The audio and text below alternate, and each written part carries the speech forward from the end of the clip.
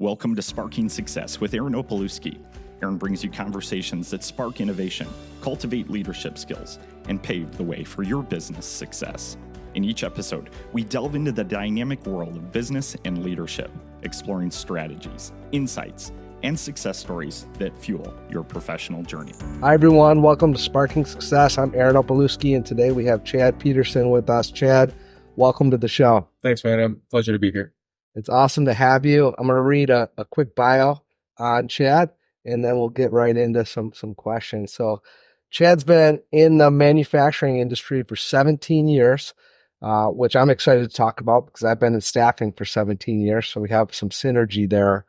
But Chad started as a general labor in a general labor role with Three Dimensional Services and worked his way up over a period of time to 2016, took over as the general manager for Three Dimensional Services. It did that for, I believe, over 5 years. And in 2021, accepted a vice president of sales position with Sequoia Tool. We'll kind of just get into it from there, but I do got to say first, and I'm sure we'll talk about it more, we just mentioned two companies that are near and dear to my heart. You know, we've worked with both of them for well over a decade, and you probably don't even know this, Chad, and you might not even know Penny, who was a former HR manager that retired at Sequoia Tool, but Sequoia was one of the first companies that ever gave me an opportunity in staffing when I owned a business, and Penny's nephew actually works for us at Spark Packaging now. Full circle. Yeah, and that's been a part of that relationship that was built. But I used to joke with her that I think I cold called her for 2-3 years, and she would just hang up on me, for a period of time. And eventually, she gave us a shot, which was much appreciated. And the rest is history. We worked with Sequoia Tool in some capacity ever since. I'm just really grateful for that. So you probably didn't know that. But No, that's definitely news to me, but it's a great story. No, Spark's always been a great partner at any organization I've been at, especially for staffing solutions. The prototype manufacturing industry is so fast paced and things change so quickly. You get a big program, we need to staff it up fast. There's not a lot of people that can help as effectively as your team has in the past. So, it's always been a great partnership. We love working with you guys, and happy to be here today. This was another great opportunity that I was looking forward to taking advantage of. Yeah, well, thanks for coming in. So I guess let's just start there. I'd love to hear, I'm a huge fan of stories where people start, in entry-level roles and grow. Like, I believe that's the purpose of what our company is to help people grow. And, great things can come from humble beginnings, or, you have to learn how to do fundamental things before you can grow and expand. So it's, we have a lot of stories like this. And I think it's like, okay, like it's not by chance. It's like, hey, this is, there's always exceptions, but this is how businesses are built. This is how careers are built. This is how things get done over consistent periods of time. So yeah, absolutely. So, and I will say I was very blessed, right? So I had a lot of opportunity. Three Dimensional Services I was part of the business family there. I started working there straight out of high school, just making parts on the shop floor. And really that started at a much smaller level. Sweeping, cleaning, doing very menial tasks, working part-time. Leaving high school, stayed with the organization. And, those early college years, probably not making the best decisions in life. So a little bit less focused on the career path and the opportunities that were in front of me. Once we kind of got that together and really started focusing on my career, I grabbed the hold of it, and it was something I loved to do. So my father was an integral part of that business and the growth of that organization in its early years. And I can remember being, I want to say 6 years old in the garage, welding on stuff. And, my dad would have me right in there, sparks flying around. You're a 6-year-old kid. You're afraid of spark. You don't want to get burned, all these things. But it was important to him for me to learn that at a very young age. I can remember being in the garage, working on bridge ports, lathes, machining things at a very young age. And that always just kind of stuck with me. School wasn't my favorite, book learning, things like that. I didn't love it. But manufacturing and taking a block and making something amazing from it really stuck with me. It was always kind of part of my DNA. So when I really started focusing on my career at Three Dimensional Services, I was very blessed to work under some great mentors. Some of the smartest mechanical minds that I've ever met, and I firmly believe in the industry as a whole. So I was very blessed to learn a lot from them and absorb a lot from them. That kind of got me into being a machinist. We're machining some parts, working on some special projects, stamping parts, working at the plastics facility, just doing what you can. Eventually that moved into a program management role. So one of their, I believe, is the vice president currently, Shane Denton. He's a very, very dear friend and was another good mentor for me. So kind of helped me. Yes, very, very sharp guy. Kind of helped me learn that aspect, took me under his wing a little bit. He needed support on some larger programs, brought me in as a program manager. Got to kind of learn that side, interfacing with the customer, the dynamics of managing very complex, fast moving manufacturing programs. So, I can remember when Shane had his first kid, Three-Dimensional Services at the time had one of the biggest programs that they've ever worked on, over 1,000 components that we were dealing with. A lot of value add from an assembly side and function testing. It was a seating application. So it was very demanding. Took a lot of our time, and, we both learned a lot in that program, and really helped to define a strategy and a path forward for that organization as well. So, that was great learning lessons. From there, I moved into a sales role. Started one of the fun challenges of that was, at the time I was probably 25 years old, 24 years old, and being a young guy in an industry that was dominated by an older group of individuals, right? I call it the good old boys network. Automotive has really changed over the last, even before my time, right? Over the last 30 years, business was done very, very differently, especially in the automotive world. So now trying to break into that as a young guy, they had other sales associates at the organization. They're very, very bright, longstanding salesmen, right? Those guys have been there for all of them 20 plus years. There was, I want to say 6 of us at the time.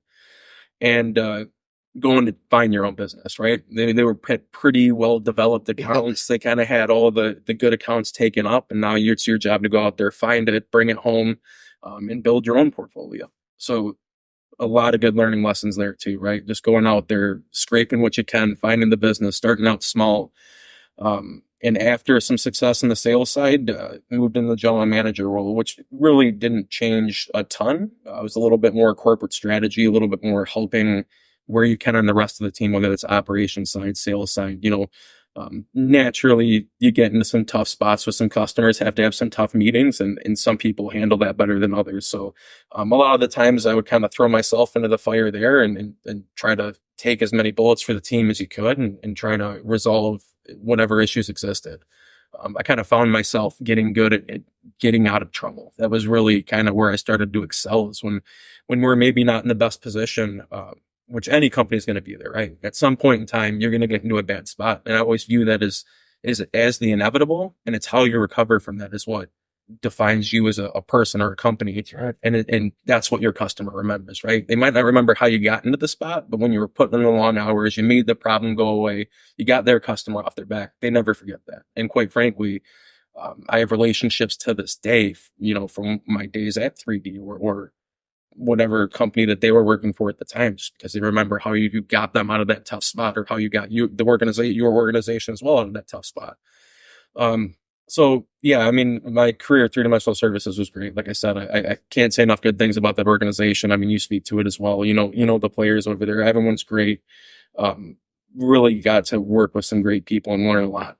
That's one thing I'll forever be grateful for. I didn't go to college. I don't have a degree, and I look at that as my university. I learned more there in my 14 years than I could ever imagine. And it's been great. And so, 2021, as you had noted, I accepted the role at Sequoia. So Sequoia Tool, another great business. They were founded in 1981 by James Coates. So that was the first generation. In 88, the 3 sons who were the current owners took over.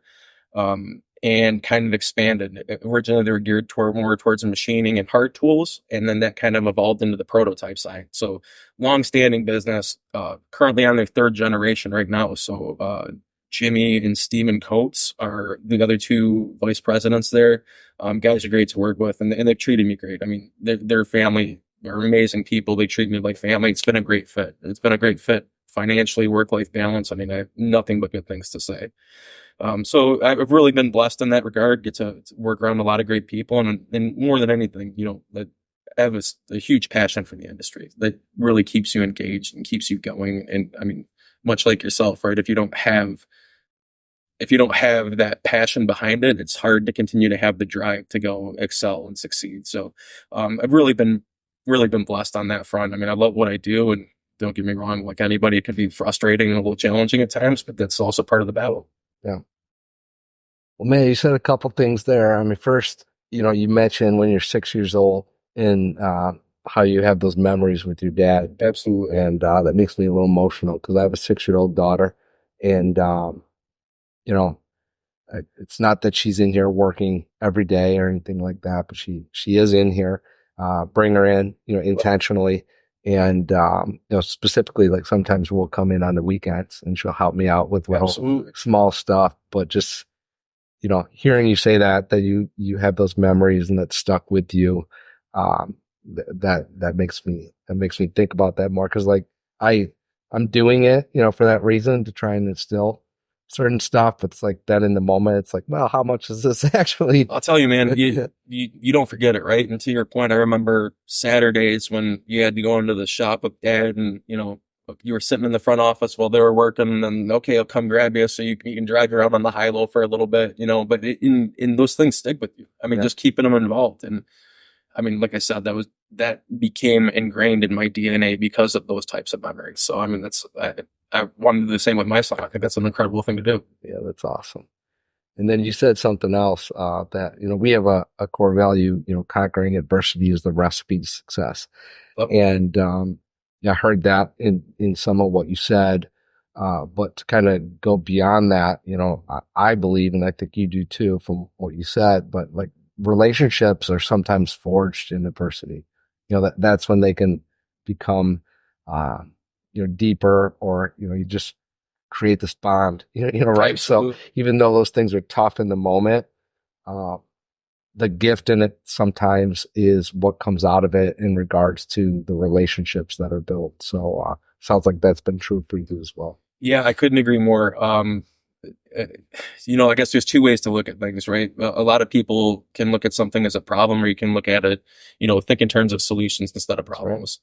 And really you got to kind of have that mindset, especially when you're kind of in the hole and you got to find a way to dig yourself out of it. And you got to find the opportunity for solutions as opposed to just looking at the overbearing problem that's standing in front of you.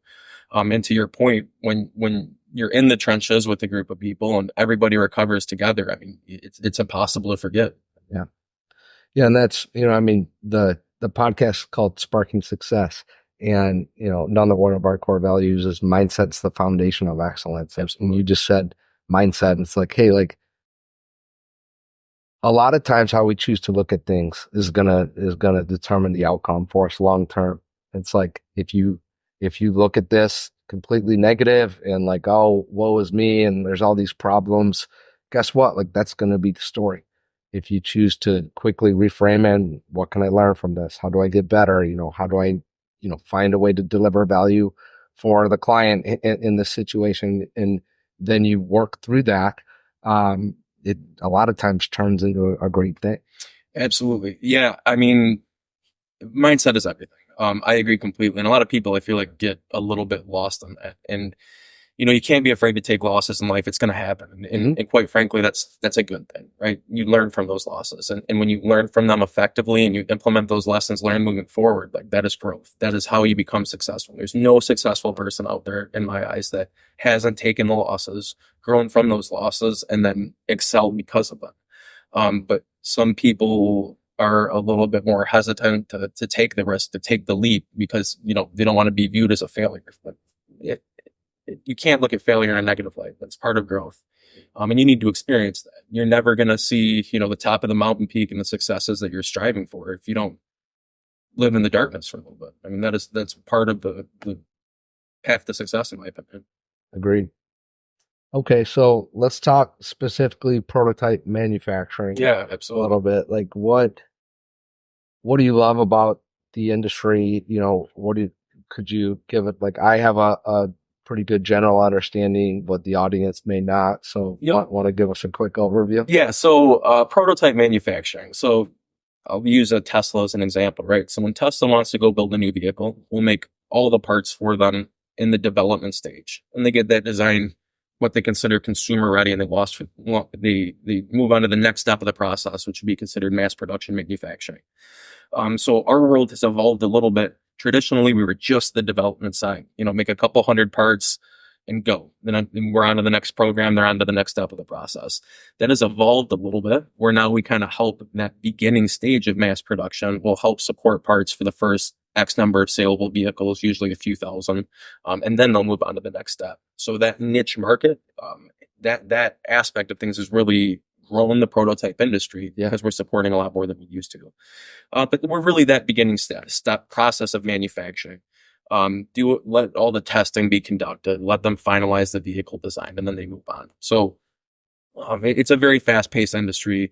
Programs come at you very quickly. There's a lot of changes, especially in today. Vehicle architecture is changing so drastically. They're implementing so many new processes. So it's a lot to keep up with. But to your question, I would say one of my favorite parts about it is one, how dynamic it is, but two, you see a lot of these vehicles very, very early on. So you kind of see it come to fruition, and then you see it on the road 2.5 years later. I mean, you guys, just so you guys understand this, because I'm going to put this in like, you got to slow things down for me sometimes, but like they're literally part of creating these new ideas in design. They're at the forefront of that. Like you guys are like, again, like you said that earlier, like you take a block and you're just creating from it. Like it's the most creative part of the industry, I think there is, because you're literally starting from like hey, this is an idea, like bring it to life. Yeah, I mean, it's a very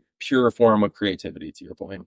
And we don't get really involved in the design side, more just the manufacturing, but it's awesome to see, you put so much blood, sweat, and tears into a program. Then, 2.5 years later, you see the car driving on the road, or you see it in the parking lot. And I'm a little bit of a nerd for what we do. So you know where parts are at. Suddenly you're laying on the ground, kind of looking at it, or, going to a meeting with a couple of your team members, and you're like, oh, this was the Cradle program that we worked on. So, it helps to instill a lot of pride too. I'll use an example is like the Rivian Prime vans, the electric delivery vans that you see driving around a lot now. That program was ongoing for quite some time. I would say there's probably 5 years or more of development, or that was kind of going on behind the scenes, and now you see them everywhere. Yeah, right. So you kind of remember all the blood, sweat, and tears that your organization put into that, and then to see it on the road and to see it mass produced is pretty cool.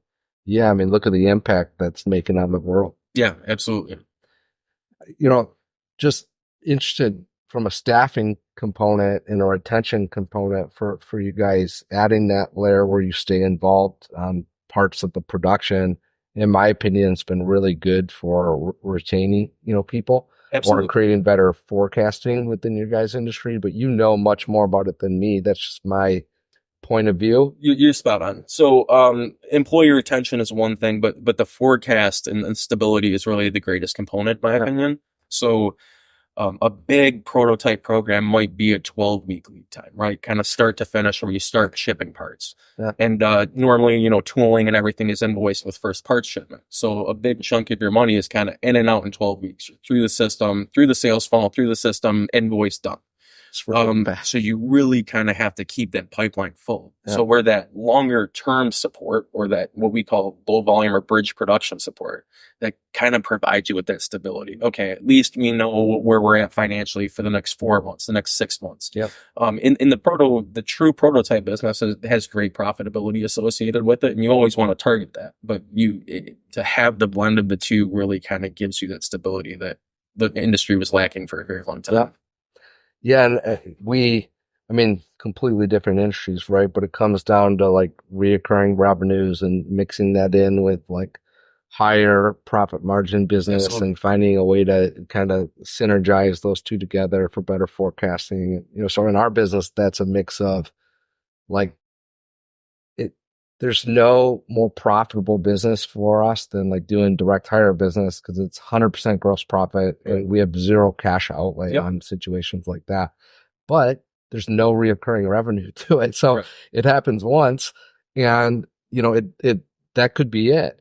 So there's no, like, you can't, it's like, okay, well, what's next? It's hard to plan for. So you mix in contract labor support, where it's like, hey, they're going to work with you guys before, even if we're bringing them on for 90 days or 6 months or a year, or could be ongoing, or it's like layering, that's harder to pull off. It's not necessarily as profitable on a one-off scenario, but it's about the reoccurring forecasting and ability to really build around that makes it, we like mixing those two together for that reason. Yeah, I mean, the recipe is kind of the same amongst any business, right? Yeah. It's just a matter of the execution based on the industry. To your point though, having that stability helps with their employee retention. So, for us, when we get a big program, you might have to staff up some temp support just to make sure that you can kind of get through that bottleneck or get through that program and on to the next thing. And, like right now, the automotive industry is tough, right? We're very near a presidential election. Yeah. Unfortunately, politics are kind of dictating the path forward for vehicles and what that's going to look like. So there's definitely some hesitancy. So right now, as an example, you're trying to do everything you can to hang on to your good employees. You're taking a little bit lower margin work just to make sure that you can kind of keep everybody fed and moving forward. So staffing is certainly a challenge for our industry. And I mean, you guys are heavily involved in all the prototype companies around here, right? So you kind of see that fluctuation, and it's a lot of uncertainty nature. Yeah. There's a lot of uncertainty right now, which, this is my, let's see, I don't know, fourth, I think that's right. Fourth election cycle. Yep. But there's a lot of, I think people are just wanting to see what happens before they make big decisions. Which happens every election cycle to an extent. I think it feels a little more intensified, on this one. And, it's part of why, doing the forecasting, doing what you can to, move beyond just being transactional with our client relationship, but really like understanding the business, understanding what they have going on, getting to know multiple people in the organization. And like that leads to better communication, which I think helps you kind of work through, some of this stuff compared to when you just have, I got this PO when it's busy and the second things tighten up, they're like, no, we're not using that. Yeah, sure. I think that's I think that goes across like sales or relationship. Let's just call it value add, right? Where you can add value, that's what drives people to you as a vendor or a supplier. And especially for us in prototype, I mean, there's 100 shops in the Metro Detroit area that do what we do, especially on the metal side. Some guys cost a little bit more, some guys cost a little bit less. So you really have to provide that value add to bring in that business. Yeah. And one of the things that we really focus on is being production intent. So, there's so many companies around here that can make parts, they can make good parts, but how do you prove out the intended process for your customer? Where can you add that value and show them, hey, here's an issue that we ran into that you're certainly going to see in mass production. So is this something that you've accounted for in your process or your tooling? Or in what other, feedback can we provide to help you for that? Pushing those lessons learned forward, especially in the next step of the process, is so critical. So at a prototype level, if you make a mistake, okay, maybe you cut a new tool, not a significant cost impact, right? Or cost burden that you have to take on. You'll get through it. It's not going to break the bank. And when you make that same mistake in production and now you're making a new die for $1.5 million to make a couple components, that's a huge impact, right? And more importantly, it's a timing impact. And now if the plant's down, not building parts, you're incurring costs there. So It's a little bit of a domino effect. And that's where we really try to add the value that we were kind of talking about is here. We're not only going to make the parts for you, we're going to provide the lessons learned to help ease your launch and your engineering burden, which they're still going to have some of that, but where we can help, we do. And that's kind of what we try to focus on to differentiate ourselves from the other 100 companies that are doing the same thing. I think that's smart too, because you're learning things in the initial part of it. That's like, well, if you just do that and then you're like, here you go to the customer, like there's this like time to get up to speed. Absolutely. And so you guys can kind of bridge that, which is about like, I can see how it's like, how do people learn best when there's a little bit of a bridge or like some on the hip, communication. And that's a form of doing that. Yeah. And truthfully, we're not getting any more time.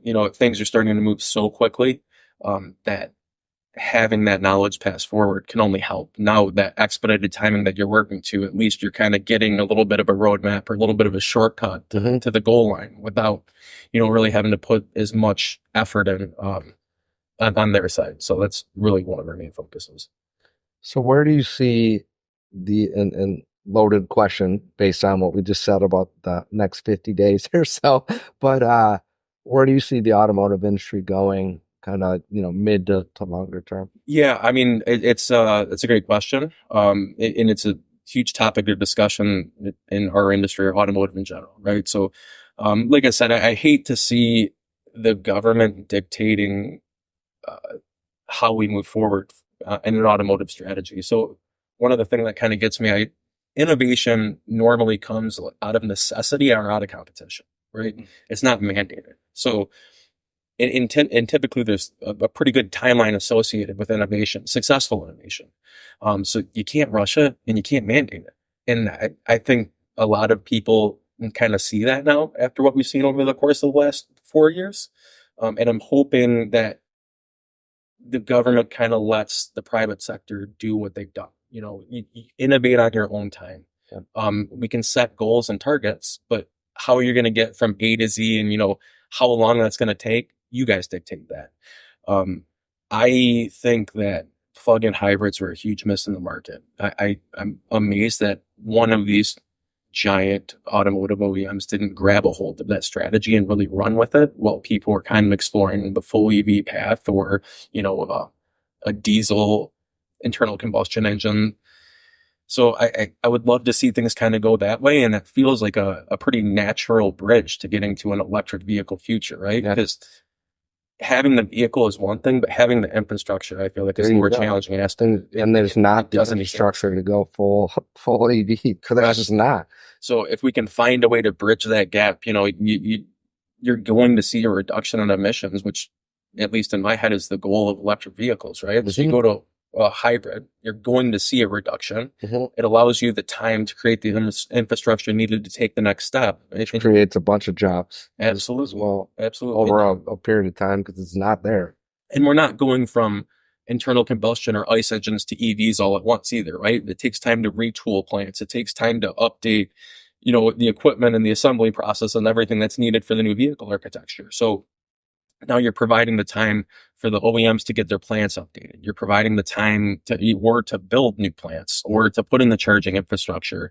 One of the points, I believe it was President Trump that said this in an interview, but one of the points that I've never really thought about either is like bridges, right? So bridges are designed to take on a certain weight. Well, if an electric vehicle weighs that much more than an ICE vehicle does, and now we have a bridge lined with a bunch of EVs, was that infrastructure even designed to be able to support that?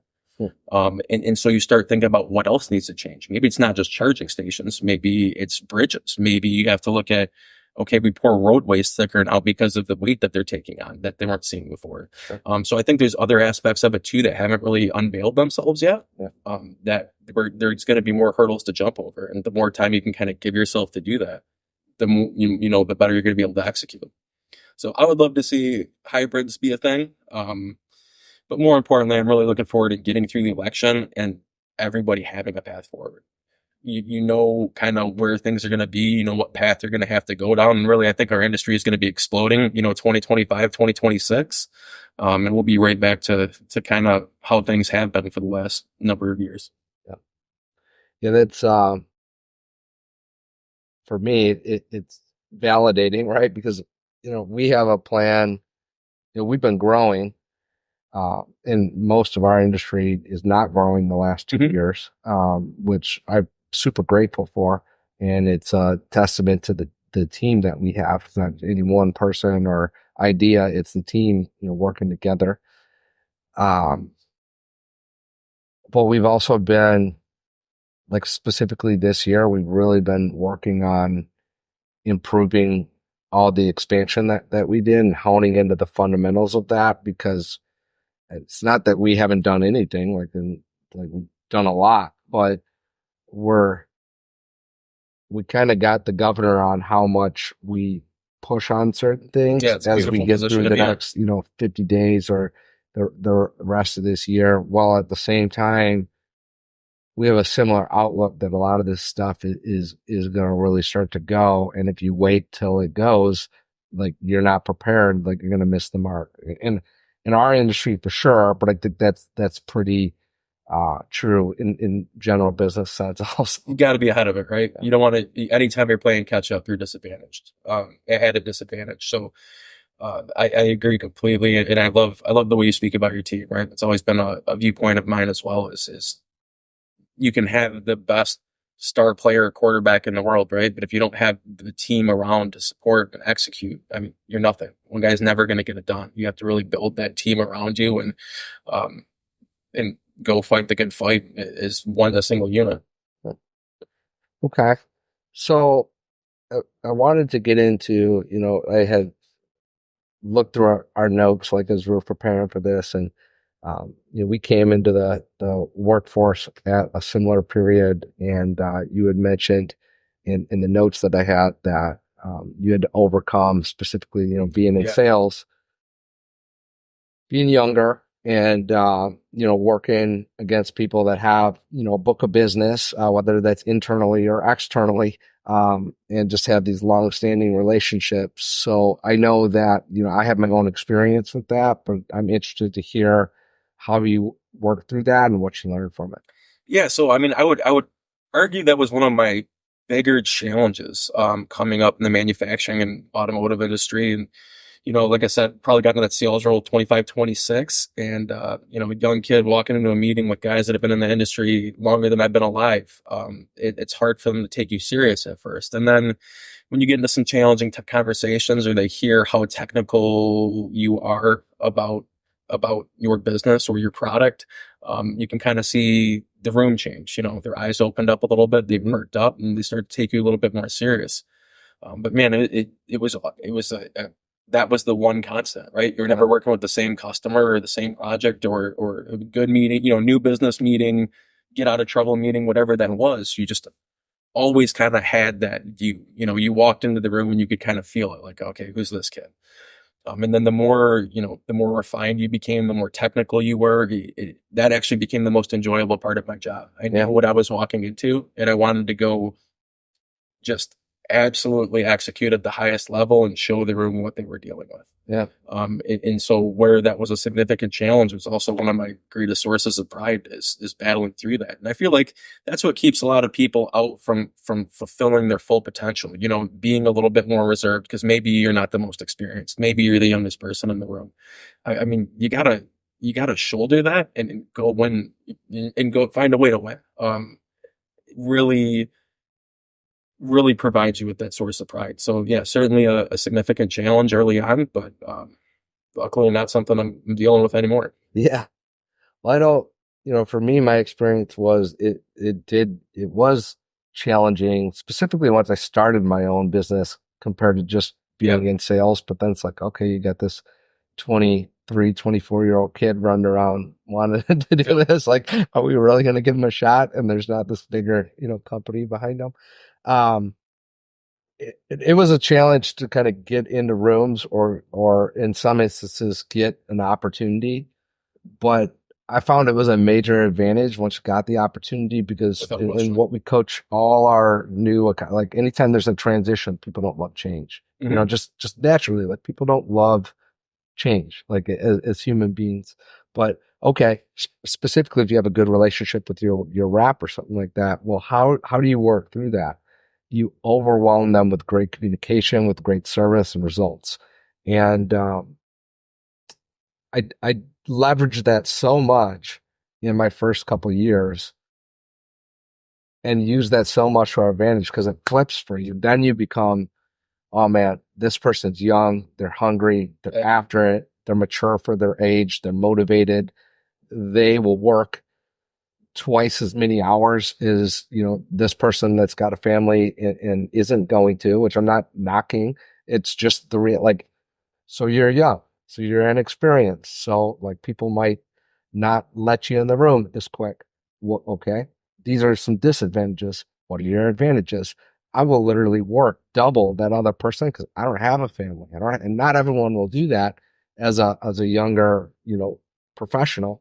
but I recommend they do. You don't have to. You can go do whatever you want, but it worked really well for me. It's like, that's how did you do that?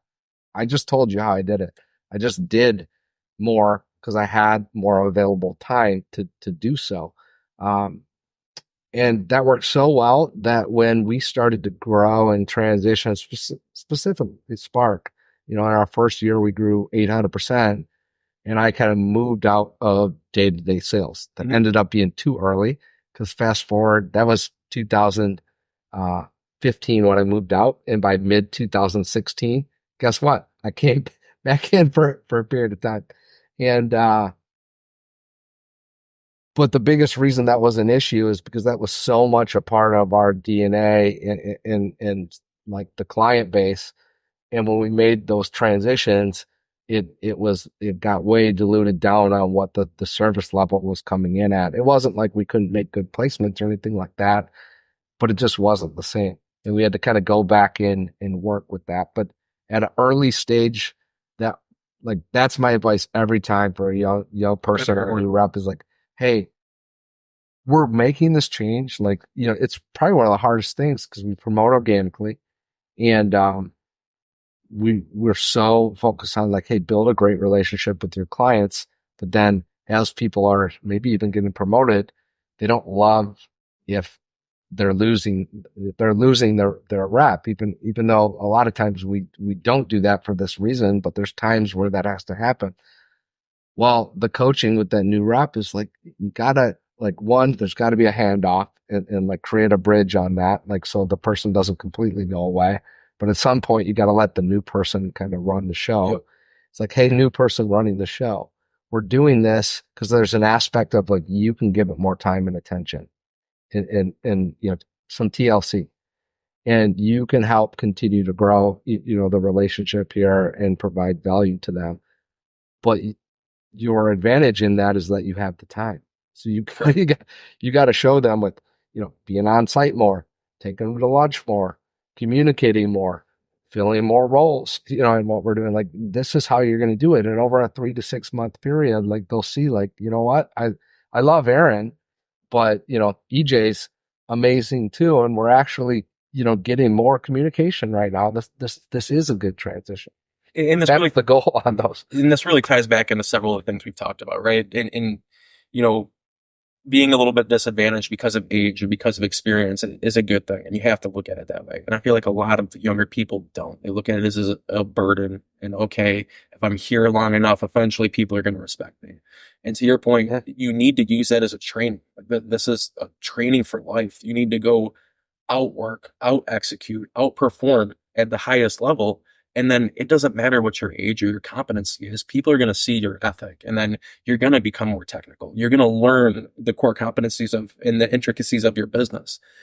And you got to put in those hours, right? You got to grind through it. That's how you the grind is how you get to success, right? Like I said, sometimes you got to spend some time in the darkness. I mean, a new day is at midnight every night. It's not sunny. It's dark, right? And you got to start that. You got to work through the darkness to see the light. And I feel like it's an opportunity that's presented to a lot of people, and they miss. They look at it as being disadvantaged when truly they have the greatest advantage and the greatest path forward to learn what they're going to do and how they're going to be successful in the future. So let's take it to kind of the next gear. So over time, life changes, and you've been married 6 years to your wife Allie, and then you guys have a 3-year-old son, Easton. Yep. And it's an amazing part of life. Some of the things that I just mentioned there may need to change, for people in that period of life.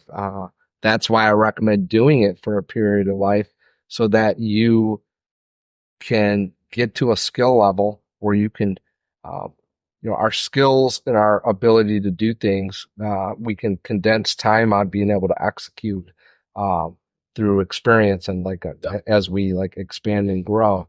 And then there's the aspect of part of moving on from that is being able to pour into others and put them on their hip and mentor them and teach them, which gives a newer generation or someone newer to that career, an opportunity. And if someone is married young or coming into a role like later on in life, well, then guess what? They can't really pull that lever. They're going to have to get better at some other things. But so you have a family now, and I can tell that's a major priority for you. It's your main Absolutely. priority. So since that's been the case, how has your approach to work changed? And how do you, some people will use the word, balance, but how do you make that work for you? Yeah, honestly, I think it's another good life lesson. I mean, it teaches you how to really use your time more effectively, right? Work is still one of the top priorities, right? It's how you feed your family. It's how you grow in your career.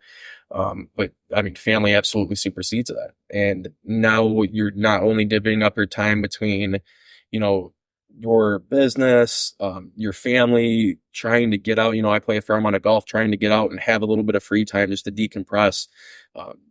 There's a couple more balls in the air that you're trying to juggle now. And, it's helped me to become a lot more effective with my time. So the late nights are still there. They just kind of changed, right? Now you're going home, you're spending time with the family, having dinner, getting the kid down, and open up your computer where normally you just would have kind of been grinding straight through, take some time for dinner, get ahead on the next day, and be able to allocate time to other tasks that have to happen. Well, now the effectiveness with time is highly critical.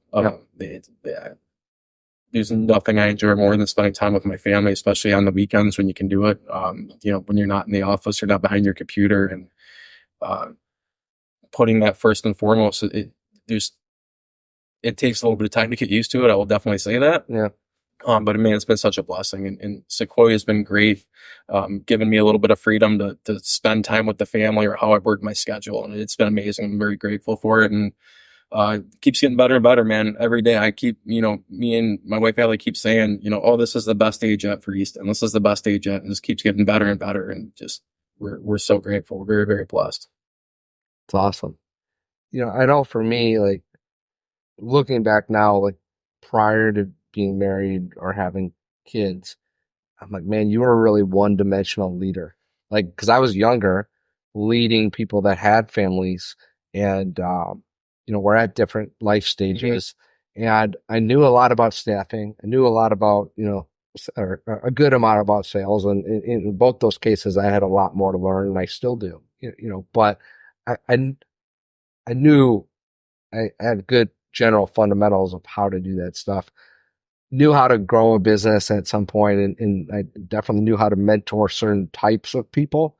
But as we started to grow and add some people that weren't my friends or are in the same life stage, it's like I look back, I just kind of cringe. I'm like, man, like I didn't know how to lead those people. I didn't approach stuff right. You just don't know what you don't know either. Yeah. Until you're a parent, you just don't get it. And everyone tells you where you think and you don't. So it's great perspective for you to look back on that. But I mean, quite frankly, you can't really hold yourself to account for the things you don't know. And now you can look back on that, and that's how you deal with your team currently, is having that experience. And now you have children of your own. You know what I mean? It really creates a different perspective, a different lens to look through. Yeah. I guess what I was trying to say is I think it's helped me become a more well-rounded leader. It's definitely helped me because I grew up with all brothers, and my mom's amazing, but like, and so is my wife, right? So like, I think it started with my wife and then having daughters, but like, I got a lot better at just like working. Not that I was like abrasive with like working with women or anything like that, but I just couldn't. My wife's taught me a lot about like, hey, like you gotta like change your tone. You gotta mix the stuff up. You gotta start your conversations with like, hi, how are you doing? Like just some real basic stuff, but like it come a long way on that. And I think it's cool to see as our businesses had grown and we have different people in different roles. And, you could call it diversity. And like, I'm a fan of diversity, but not the way that you'll hear of this no, it's not like for me, create that and just to say you have it. Like there's all these advantages to that because you bring unique perspectives and stuff. I want the best person for the job. Absolutely. I don't care about anything else. I want the best person for the job. And I think that's all over our business. As you can see, we have different, people running them and involved in different areas, and like it speaks for itself. But, I've become better. If you look back to our early years, well, it's mostly like younger dudes that worked out that were they're going to work out and go out on the weekends. And that was most of our company, because that was more in line with who I was. And it's like, man, like as I got married and had kids, you just become more well-rounded in that. And it's a huge gift to add on, like learning how. I've also read a lot of books and done a lot of work to become a better leader. But it's like, that's just a cool part of that part of life. And it's like, man, it's really made an impact on me personally and professionally, and taught me some things about showing up for people that come, from different, walks of life. Yeah. And I feel like, especially in the early years, man, and especially when you have a strategy and you have a goal and you're so mission focused, that like some of that kind of gets pushed to the wayside. And like you just want to bulldoze it. You're just trying to get to the finish line, and you don't necessarily have like that touch or that polish that you need, right? And like life experience, career experience provides you with that. And that's just part of the growth in your career path. But I can totally relate to that. Before, especially in the early years, man, it was just, how do you get to the finish line the most effectively? And if you leave some soldiers in the field on the way there, that was just kind of part of the process. And to your point, looking back on that, that's completely the wrong way to handle it. Like, you can always get to the finish line. Yep, you can always get to the finish line, but doing it more effectively and doing it with your team by your side and helping others grow and learn with you while you're doing it, like, that's the value. That's the fun of managing a business or a company or growing your own business. It is doing it with the people. And to me, because I was blessed to work under a lot of good mentors, that mentorship is so important, and you can kind of do that on the way. So no, it's definitely not something you have right out of the gate, but it's great. It's a great skill set and value to develop.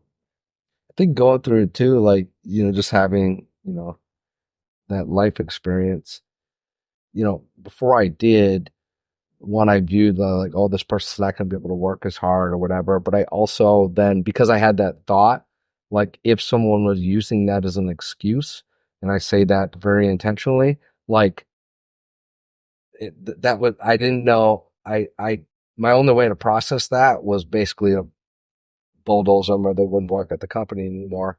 And now I just have a completely different approach, because I'm leading by example in that way. It's like, I think one of the most insidious things that someone can do is use their family as an excuse for why they're not productive or successful. Absolutely. And at the same time, if you ignore your family and, you have some professional success, but your personal life crumbles, well, that's not successful either.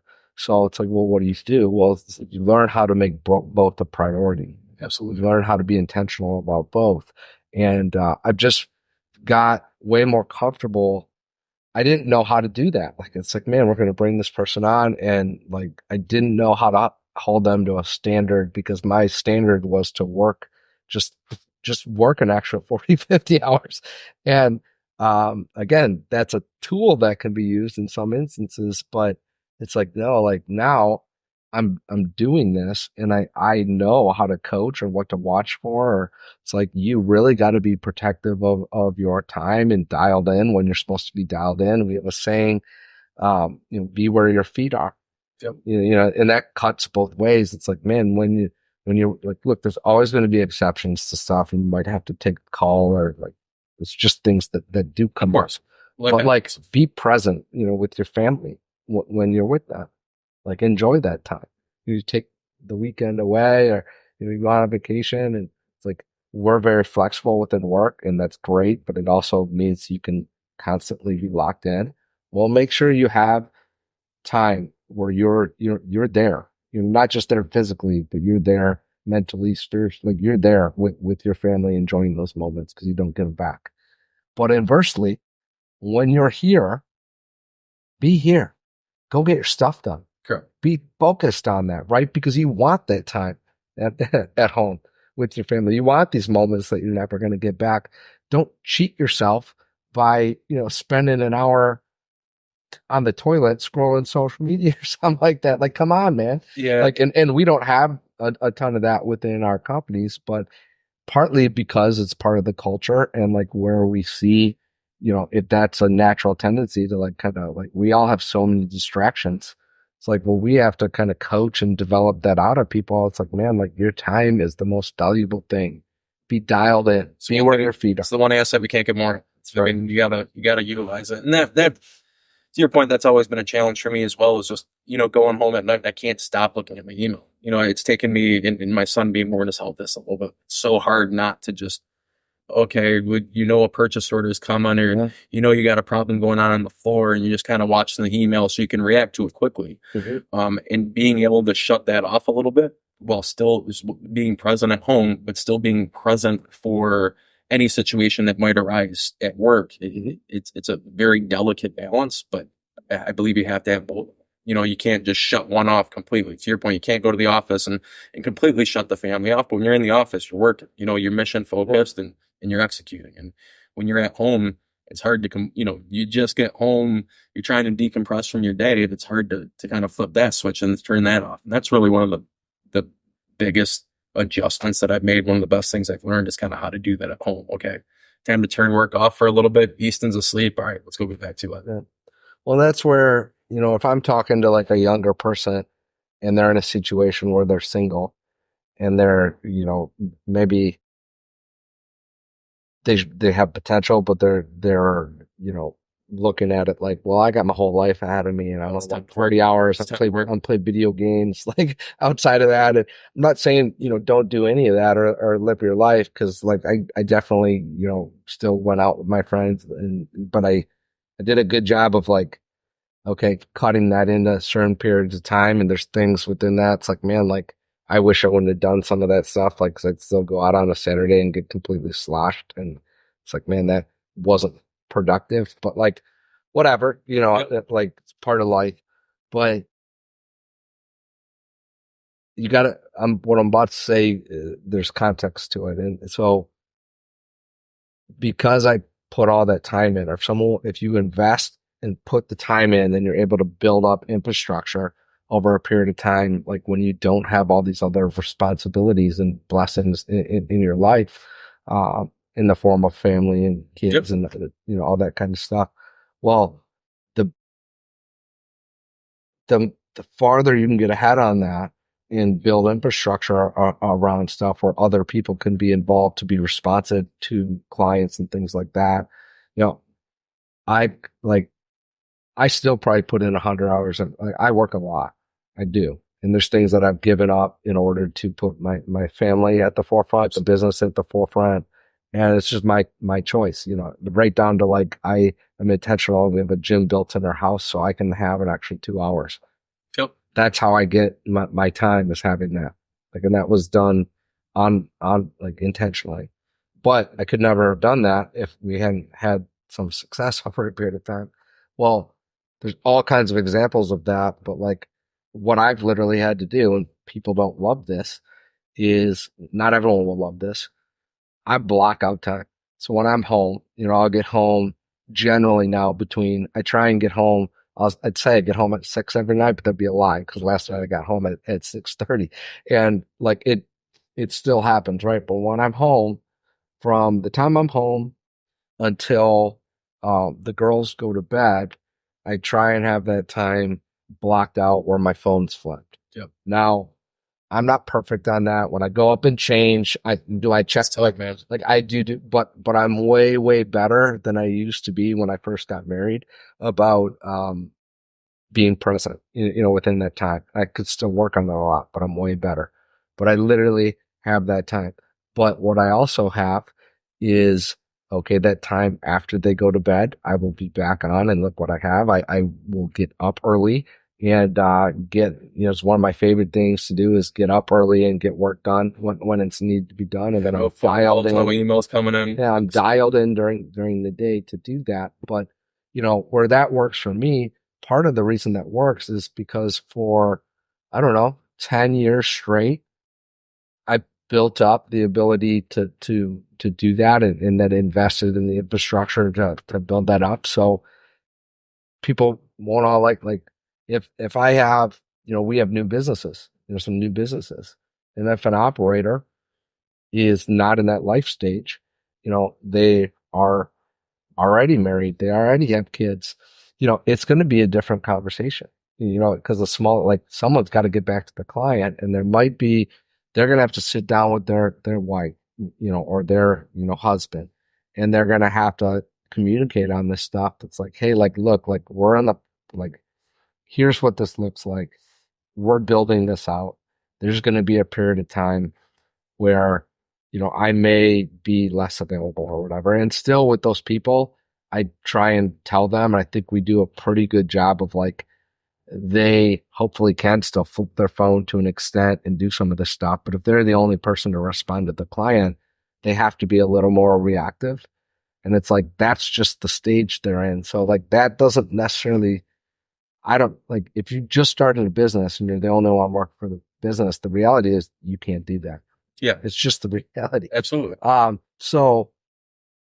that doesn't mean that person, that's why for me, like, cause we have a couple of those scenarios, and it's like, man, we also have an infrastructure set up for them. So where they get, like, we have a nice in between, cause they're not, if they weren't in this infrastructure, they'd be opening all their mail, they'd be doing all the accounting, they'd be doing every single part of the business. And so the way we kind of, curve that in some of those scenarios is we have this infrastructure. Right. Now it makes our newer businesses a little less profitable because they pay for some of that infrastructure, but it's set up for scale. And where they're in those life situations, they're not, hopefully going to end up divorced or where they miss out on everything with their kids. And I'm not going to get into anyone personally, but like in setting some of this up, that's been the conversation. Like, hey, like I want to be there for my kids. So we won't do the whole conversation, but this is like, these were the big parts of the conversation. It's like, hey, I think that our infrastructure is going to be able to provide for some of that. But the other reality is that like when you own the business, like you are going to miss sacrifices to be made. You are going to make some sacrifices. Yep. If you're not going to miss some things, you are going to get up at 4 a.m. like EJ probably did, today, and he's smiling over it, but it's true. Like, and that's what it takes. Like you're going to have to figure it out.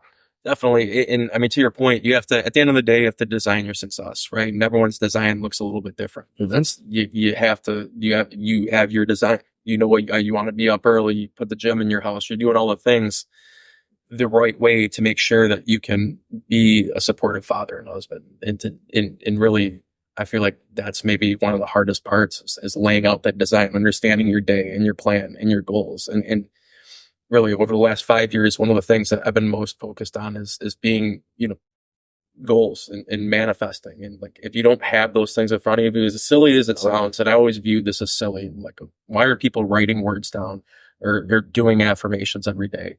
And it's because you're training your mind for those goals. You're training your mind for that success. That success is realized in your mind before it's realized in life. Mm-hmm. And that's part of the design. And really that's, again, I think it's one of the hardest things that you have to do is coming up with that design and finding what works for you to give yourself your time for your business and your family and for some leisure, whatever you do in your life to kind of reset. But you got to make time for all of it. And once I feel like you have that plan, it just, life becomes easier. Things just become easier. Things start to happen for you. I completely agree,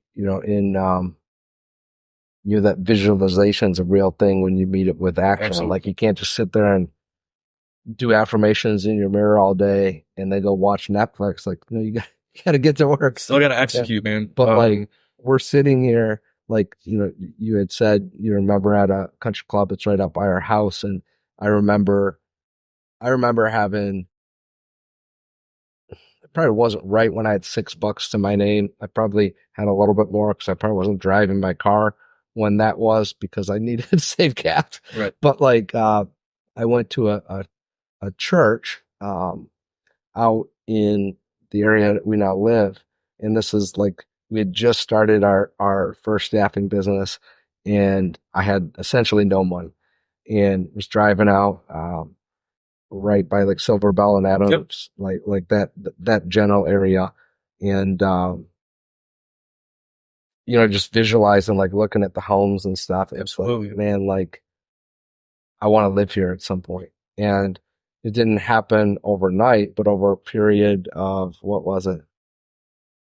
7 years later, boom, like we live right in that area. I have literal pictures and I posted on this where I use right across the street is Kelly's World headquarters. And I drive past here and I take pictures of the building, visualizing that we're gonna have a building, someday. And at the end of 2021, we bought the building we're sitting in, and it's directly across the street from where I would take those pictures. Like this stuff, I can go on and on and on, but this stuff, I believe in it, and I wouldn't have believed in it, right? But it's happened over and over again in my life, but not just by like thinking it. It's thinking it, visualizing it, and then willing it, to happen. I really, a little bit of God, in my opinion, too. That's without question. Yeah, it's one of the things I kind of kick myself about is not realizing that sooner. You always had lofty goals. I wanted to be successful, but success is a thing, right? You have to have the plan on how to get there. You have to have the steps. You have to envision every part of the process to get where you're going. And I was missing that. It really is a game changer when you can look. You not only do you know where you want to be, you know what the next step is, but you visualize it. You see it. You speak to it every day. You speak it into reality. It was a huge miss for me early on, but man, really, the more I understand it, the more I grab a hold of it now in my life. Well, man, we could probably talk all day on this stuff, but I want to be respectful of your time. Oh, absolutely, man. I'd love to come back. It's been a great conversation. Anything you want to leave us with, Chad? Or? No, man.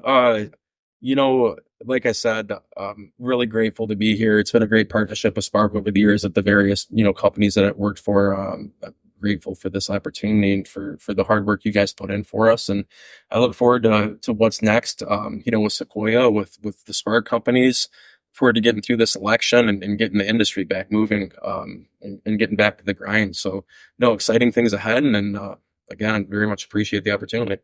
Okay. Well, I mean it with, this is the first time we've actually met, which shouldn't be the case, but I'm glad that we're doing it.